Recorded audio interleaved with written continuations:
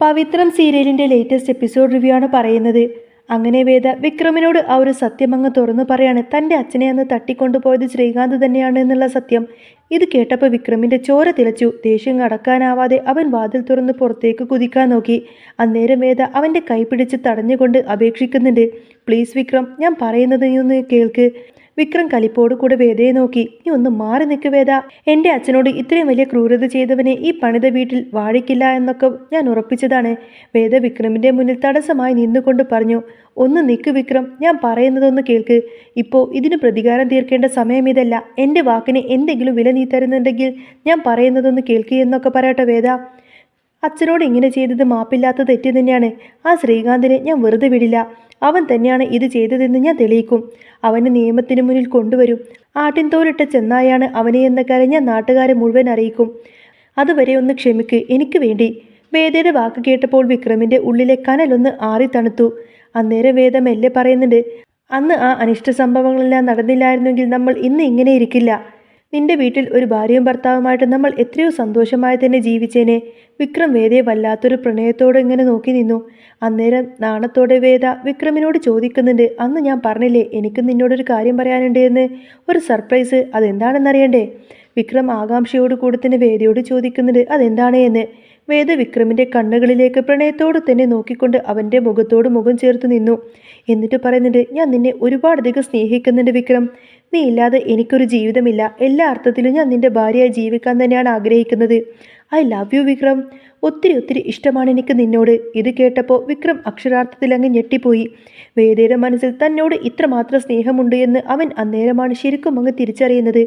താൻ ഈ കേൾക്കുന്നതെല്ലാം തന്നെ സ്വപ്നമാണോ എന്ന് ചിന്തിച്ച വിക്രം അവളുടെ മുഖത്തു നിന്നും കണ്ണെടുക്കാതെ തന്നെ നോക്കി നിന്നു. എന്നിട്ട് വിക്രം ചിരിച്ചുകൊണ്ട് തന്നെ വേദയുടെ കവിളങ്ങ് പിടിച്ചുകൊണ്ട് പറഞ്ഞു. എനിക്കും നിന്നെ ഇഷ്ടമാണ് വേദ. ഒരു 100 വട്ടം ഞാൻ നിന്നോട് ഇത് പറഞ്ഞിട്ടുണ്ട്. നീ ഒപ്പമുള്ളൊരു ജീവിതമാണ് ഞാൻ ആഗ്രഹിച്ചത്. ഈ വിക്രത്തിന് നിന്നെ വേണം. ആർക്കും നിന്നെ ഞാൻ വിട്ടുകൊടുക്കില്ല. വേദ നാണത്താലങ്ങ് വിറച്ചു. വിക്രം അവളെ തന്നിലേക്കങ്ങ് ചേർത്ത് പിടിച്ചു. ആ മുഖത്തോട് മുഖം അടുപ്പിച്ച് അവളുടെ കവിളിലൊരു മുത്തം നൽകി. ആ നിമിഷം വേദ അവനെ മെല്ലെ അങ്ങ് തള്ളി മാറ്റി ചിരിച്ചുകൊണ്ട് പറഞ്ഞു. ഓ, രാവിലെ തന്നെ തുടങ്ങിയോ നിന്റെ ഈ റൊമാൻസ്? ആരെങ്കിലും ഇങ്ങോട്ടേക്ക് വന്നാൽ പിന്നെ അത് നാണക്കേടാവും. നാണമില്ലാത്ത മനുഷ്യൻ. അത്രയും പറഞ്ഞുകൊണ്ട് തന്നെ വേദ വേഗം വാതിൽ തുറന്നങ്ങ് താഴേക്ക് പോയി. വിക്രം ചിരിച്ചുകൊണ്ട് അവിടെ തന്നെ ഇങ്ങനെ നിൽക്കുവാണ്. അവളുടെ മനസ്സിലെ തന്നോടുള്ള സ്നേഹം അറിഞ്ഞതിൻ്റെ ആ ഒരു വല്ലാത്ത സന്തോഷം അവൻ്റെ ഉള്ളിൽ അങ്ങ് നിറഞ്ഞു നിന്നു. അവൻ അവളെക്കുറിച്ച് സ്വപ്നങ്ങൾ അങ്ങനെ നെയ്യാൻ തുടങ്ങി. ഇനി ആർക്കും തങ്ങളെ പിരിക്കാനാവില്ല എന്ന് അവൻ ഉറപ്പിച്ചു. ഇതേ സമയം വാസവന്റെ നിർദ്ദേശപ്രകാരം രാജേട്ടനും ജോസഫും ജോണിയും നാഗർകോവിലേക്ക് യാത്ര തിരിക്കുകയാണ്. സത്യങ്ങൾ മനസ്സിലാക്കാൻ വാസവൻ അവിടെ ശാന്തനായിരിക്കുകയാണ്. തൻ്റെ മകനെ കൊന്നത് വിക്രമാണോ എന്ന് അയാൾക്ക് ഉറപ്പിക്കണം. എന്നാൽ ശ്രീകാന്തും ചന്ദ്രശേഖരനും പുതിയ പ്ലാനുകളൊക്കെ ഇടുകയാണ്. ആ പുളിക്കൻ നാഗർകോവിലുണ്ടെന്ന വിവരം ചന്ദ്രശേഖരൻ ശ്രീകാന്തിനെ വിളിച്ചറിയിച്ചു. നമ്മുടെ ആൾക്കാർ ഉടനെ തന്നെ അവിടെ പോകണം. വിക്രമിൻ്റെ അച്ഛനെ തട്ടിക്കൊണ്ടുപോയ ആ ഗുണ്ടകൾ തന്നെയാണ് ഈ പണി ഏൽപ്പിക്കണം. അവർ ബാക്കി നോക്കിക്കോളും. ശ്രീകാന്ത് പറയുന്നത് അതൊക്കെ ഞാൻ റെഡിയാക്കിക്കോളാം. അവന്മാർ നാളെ ഇവിടെ എത്തും. അതിനു മുൻപേ തന്നെ നമ്മുടെ ആൾക്കാർ അവനെ പോക്കും. വാസവൻ സത്യം അറിയാൻ വേണ്ടിയിട്ട് നോക്കി നിൽക്കുകയാണ്. പക്ഷേ അതിനു മുൻപേ പുളിക്കിനെ നമ്മൾ തീർക്കും.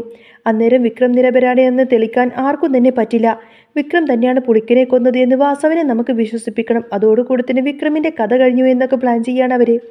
അങ്ങനെ രാത്രിയായപ്പോൾ വേദ വിക്രമിന് കാപ്പിയുമായി മുറിയിലേക്ക് എത്തി. അവരുടെ മുഖത്ത് പ്രണയം അങ്ങനെ തത്തിക്കളിച്ചു. വിക്രം കട്ടിലിരുന്നു കൊണ്ട് തന്നെ വേദയോട് പറഞ്ഞു. നീ ഇവിടെ വന്നിരിക്കു വേദ. വേദ ചോദിക്കുന്നത് എന്തിനാ? നീ ഈ കാപ്പി കുടിക്ക്. വിക്രം വിട്ടില്ല. ഞാൻ പറയുന്നത് കേൾക്ക്. നിന്നോട് ഇവിടെ വന്നിരിക്കാനല്ലേ ഞാൻ പറഞ്ഞത്. വേദ പരിങ്ങലോടുകൂടെ അവന് അടുത്ത് ചെന്നിരുന്നു. വിക്രം അവളെ തുറച്ചു നോക്കുന്നത് കണ്ടുകൊണ്ട് തന്നെ വേദ ചോദിക്കുന്നത്. നീ പണ്ട് ഇങ്ങനെയൊന്നും അല്ലായിരുന്നല്ലോ. ഇതിപ്പോൾ വട്ടായോ വിക്രം? വിക്രം ദേഷ്യം അഭിനയിച്ച് അവളുടെ മുഖത്ത് നേരെ നോക്കി ചുരുട്ടി പിടിച്ചു. എന്നിട്ട് പെട്ടെന്നുടനെ തന്നെ അവൾ എങ്ങ് ചേർത്ത് പിടിച്ചു. വേദ പറഞ്ഞത് വിട് വിക്രം വിട്. ഷോ, എന്താ ഈ കാണിക്കുന്നത്? വേദ പെട്ടെന്ന് എഴുന്നേറ്റുകൊണ്ട് തന്നെ അവൻ ആ കാപ്പി അങ്ങ് നൽകി. ഇതേ സമയം ജോസഫും രാജേട്ടനും നാഗർകോവിലെത്തി പുളിക്കനെ അന്വേഷിക്കുന്നുണ്ട്. പക്ഷേ അപ്പോഴേക്കും ശ്രീകാന്തിന്റെ ഗുണ്ടകൾ അവനെ പിടികൂടി കാറിൽ കയറ്റിയിരുന്നു. ജോസഫ് ഒരു തന്ത്രത്തിലൂടെ പുളിക്കനിരിക്കുന്ന ആ ഒരു കാറ് കണ്ടെത്തി അതിനെ പിന്തുടർന്നു. വിവരം അറിഞ്ഞ വാസവൻ ഗുണ്ടകളുമായി അങ്ങോട്ടേക്ക് പാഞ്ഞെത്തി. ഒടുവിൽ വലിയ ഏറ്റുമുട്ടലിനൊടുവിൽ തന്നെ വാസവൻ പുളിക്കനെ ഗുണ്ടകളിൽ നിന്നും മോചിപ്പിച്ച് തൻ്റെ കാറിലേക്കങ്ങ് കയറ്റി. അന്ന് രാത്രി വിക്രം വേദയോട് പറയുന്നുണ്ട്. വേദ, നീ ഇനി മുതൽ താഴെയല്ല കിടക്കേണ്ടത്. നീ ഇനി മുതൽ എൻ്റെ കൂടെ എൻ്റെ ബെഡിൽ കിടന്നാൽ മതി എന്ന് പറയും. വേദ നാണത്തോടു കൂടി തന്നെ അവൻ്റെ അരികിലേക്ക് വന്നിരുന്നു. വിക്രം പറയുന്നുണ്ട്. നിനക്കറിയാമോ, നീ ഒപ്പമുള്ളപ്പോൾ എനിക്ക് വല്ലാത്ത സന്തോഷമാണ്. നീ എൻ്റെ പെണ്ണാണെന്ന് ഞാൻ ഉറപ്പിക്കട്ടെ. വേദ തലയാട്ടിക്കൊണ്ട് നാണത്തോടെ അത് സമ്മതിച്ചു. അങ്ങനെ അവർ പരസ്പരം കെട്ടിപ്പിടിച്ചു. പ്രണയത്തിന്റെ ആഴങ്ങളിൽ അവരങ്ങനെ ഒന്നായി മാറി. പിറ്റേന്ന് രാവിലെ വേദ മുറിയിൽ നിന്നും പുറത്തിറങ്ങാൻ നോക്കുമ്പോൾ വിക്രം അവളെ അങ്ങ് തടഞ്ഞു നിർത്തി ചുവരോടങ്ങ് ചേർത്ത് പിടിച്ച് പ്രണയിക്കാൻ ഒരുങ്ങി. അപ്പോഴാണ് പെട്ടെന്ന് ആരോ വാതിൽ മുട്ടുന്ന ശബ്ദം കേട്ടത്. വേദ വിക്രമിനെ കർട്ടന് പിന്നിലങ്ങ് ഒളിപ്പിച്ചു. ശങ്കരനാരായണൻ പത്മനും മുറിയിലേക്ക് വന്നു. ദർശനുമായിട്ടുള്ള നിന്റെ വിവാഹത്തെക്കുറിച്ച് സംസാരിക്കാനാണ് ഞങ്ങൾ വന്നത് എന്ന് പറയാൻ അവര്. ശ്രീകാന്തും അങ്ങോട്ടേക്ക് കയറി വന്നു. അവൻ പറയുന്നുണ്ട്, വിക്രമുമായിട്ടുള്ള ബന്ധം അവൾ അവസാനിപ്പിച്ച സ്ഥിതിക്ക് ഇനി ദർശനുമായിട്ടുള്ള വിവാഹം നമുക്ക് ഉടനെ തന്നെ നടത്താമെന്ന്. ഇത് കേട്ട് വേദങ്ങ് പൊട്ടിത്തെറിച്ചു. നിങ്ങൾ തീരുമാനിച്ചാൽ മതിയോ? അതിന് ഞാൻ കൂടെ സമ്മതിക്കണ്ടേ? ശ്രീകാന്ത് അവളെ ഭീഷണിപ്പെടുത്തി. നീ സമ്മതിക്കും, അല്ലെങ്കിൽ നിന്നെ കൊണ്ട് ഞാൻ സമ്മതിപ്പിക്കും. ആ വിക്രം ഉടനെ തന്നെ തൂക്കിലേറ്റപ്പെടും, അല്ലെങ്കിൽ വാസവൻ അവനെ കൊല്ലും. അങ്ങനെയാണോ നിങ്ങൾക്ക് വേണ്ടത്? ഇത് കേട്ട് കർട്ടന്റെ പിന്നിൽ ഒളിച്ചു നിൽക്കുന്ന വിക്രത്തിന് വല്ലാത്തങ്ങ് ദേഷ്യം വന്നു. അവന് ദേഷ്യം അടക്കാനായില്ല. അവൻ വാതിലങ്ങ് ചവിട്ടി തുറന്ന് പുറത്തേക്ക് വന്നു. ശ്രീകാന്തിന്റെ നെഞ്ചിൽ ആഞ്ഞൊരൊറ്റ ചവിട്ടങ്ങ് കൊടുക്കുകയാണ്. വിക്രം പറഞ്ഞു, ആരും അടുത്തേക്ക് വരരുത്, വേദയ്ക്ക് ചിലത് പറയാനുണ്ട്. എന്നാൽ ഈ ഒരു കാഴ്ച കണ്ട് എല്ലാവരും ഇങ്ങനെ പേടിച്ച് വിറച്ച് നിൽക്കുമായിരിക്കും. ശ്രീകാന്തിന്റെ നെഞ്ചിൽ നിന്നും കാല് പിൻവലിക്കാതെ തന്നെ വിക്രം ചുറ്റും നിന്നവരുടെയൊക്കെ അങ്ങനെ ആഞ്ഞു നോക്കി.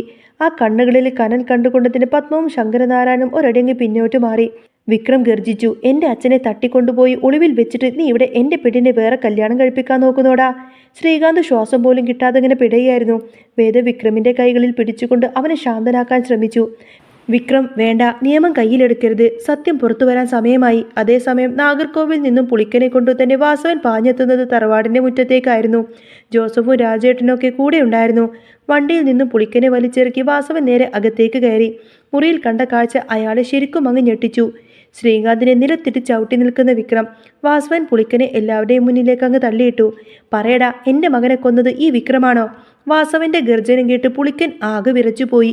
അവൻ വിറക്കുന്ന വിരലുകൾ ശ്രീകാന്തിന്റെ നേരെ ചൂണ്ടി. അല്ല സാറേ, വരുൺ സാറിനെ കൊന്നത് ദാ ഇവനാണ്, ഈ ശ്രീകാന്ത്. എന്നിട്ട് ആ കുറ്റം വിക്രമിന്റെ തലയിൽ അങ്ങ് കെട്ടിവെച്ചതാണ്. ശ്രീകാന്തിന്റെ പ്ലാനായിരുന്നു അതെല്ലാം എന്നൊക്കെ പറയും. ഇത് കേട്ടപ്പോൾ ശങ്കരനാരായണനും പത്മവും അങ്ങനെ എല്ലാവരും ആകെ തരിച്ചുപോയി. ശ്രീകാന്തിന്റെ മുഖം വിളറി വെളുത്തു. വാസവൻ തൻ്റെ കയ്യിലുണ്ടായിരുന്ന തോക്ക് ശ്രീകാന്തിന്റെ നേരെ അങ്ങ് ചൂണ്ടി. പക്ഷേ വിക്രം അയാളെ തടഞ്ഞു. അരുത്, അരുത് വാസവൻ സർ, ഇവൻ മരിക്കണം. പക്ഷേ അത് നിയമത്തിന് മുന്നിലായിരിക്കണം. എൻ്റെ അച്ഛനെ എവിടെയാണ് ഒളിപ്പിച്ചിരിക്കുന്നത് എന്ന് ഇവൻ പറയണം. വിക്രമിൻ്റെ ചോദ്യത്തിനു മുന്നിൽ ശ്രീകാന്ത് അങ്ങ് പൊട്ടിക്കരഞ്ഞു. സ്വന്തം ഏട്ടൻ്റെ ക്രൂരത തിരിച്ചറിഞ്ഞ വേദ അവനെ പുച്ഛത്തോടുകൂടെ നോക്കി തിരിഞ്ഞു നിന്നു. നിമിഷങ്ങൾക്കുള്ളിൽ പോലീസ് തറവാട്ടിലേക്കെത്തി. ശ്രീകാന്തിനെ അവർ വിലങ്ങുവെച്ച് കൊണ്ടുപോയി. അവർ നൽകിയ വിവരമനുസരിച്ച് വിക്രമിൻ്റെ അച്ഛനെ സുരക്ഷിതമായി കണ്ടെത്തി. എല്ലാ തെറ്റിദ്ധാരണകളും മാറിയ വാസവൻ വിക്രമിൻ്റെ തോളിലങ്ങ് കൈവച്ചു മാപ്പിരുന്നു. മകനെ നഷ്ടപ്പെട്ട സങ്കടത്തിൽ, ഞാൻ നിന്നെ ഒരുപാട് ദ്രോഹിച്ചു വിക്രം, എന്നോട് ക്ഷമിക്കുകയെന്നൊക്കെ പറഞ്ഞ് വാസവൻ കൈകൾ ഇങ്ങനെ ചേർത്ത് പിടിക്കാണ് വിക്രമിൻ്റെ. അന്ന് വൈകുന്നേരം ആ വലിയ വീട്ടുമുറ്റത്ത് സന്ധ്യാദീപം തെളിയുമ്പോൾ വിക്രമും വേദയും അച്ഛനെ ചേർത്ത് പിടിച്ചു നിന്നു. പ്രണയവും പ്രതികാരവും ഒരുപോലെ തന്നെ അഗ്നിപരീക്ഷയായി വന്ന അവരുടെ ജീവിതത്തിൽ ഒടുവിൽ പ്രണയം ജയിച്ചു നിൽക്കുന്നു. വിക്രം വേദയെ നോക്കി ചിരിച്ചു. ആ കണ്ണുകളിൽ ഇനി കണ്ണീരില്ല, വരാനിരിക്കുന്ന സുന്ദരമായ നാളുകളുടെ തിളക്കം മാത്രം. വേദ വിക്രമിൻ്റെ തോളിലങ്ങ് തല ചായ്ച്ചു നിന്നു. ലോകം മുഴുവൻ തങ്ങൾക്ക് എതിരായപ്പോഴും തളരാതെ നിന്ന പ്രണയത്തിൻ്റെ കാര്യത്തിൽ അവർ പുതിയൊരു ജീവിതത്തിലേക്ക് കാൽവെക്കുന്നതും കാണിച്ചുകൊണ്ടാണ് കേട്ടോ എപ്പിസോഡ് പൂർണ്ണമാവുന്നത്. അപ്പോൾ നിങ്ങൾക്ക് ഈ ഒരു ചാനൽ ഇഷ്ടമാവുകയാണെങ്കിൽ സബ്സ്ക്രൈബ് ചെയ്യാനും സപ്പോർട്ട് ചെയ്യാനും മറക്കല്ലേ. നെക്സ്റ്റ് വീഡിയോ ഉടനെ വരാം. ബൈ.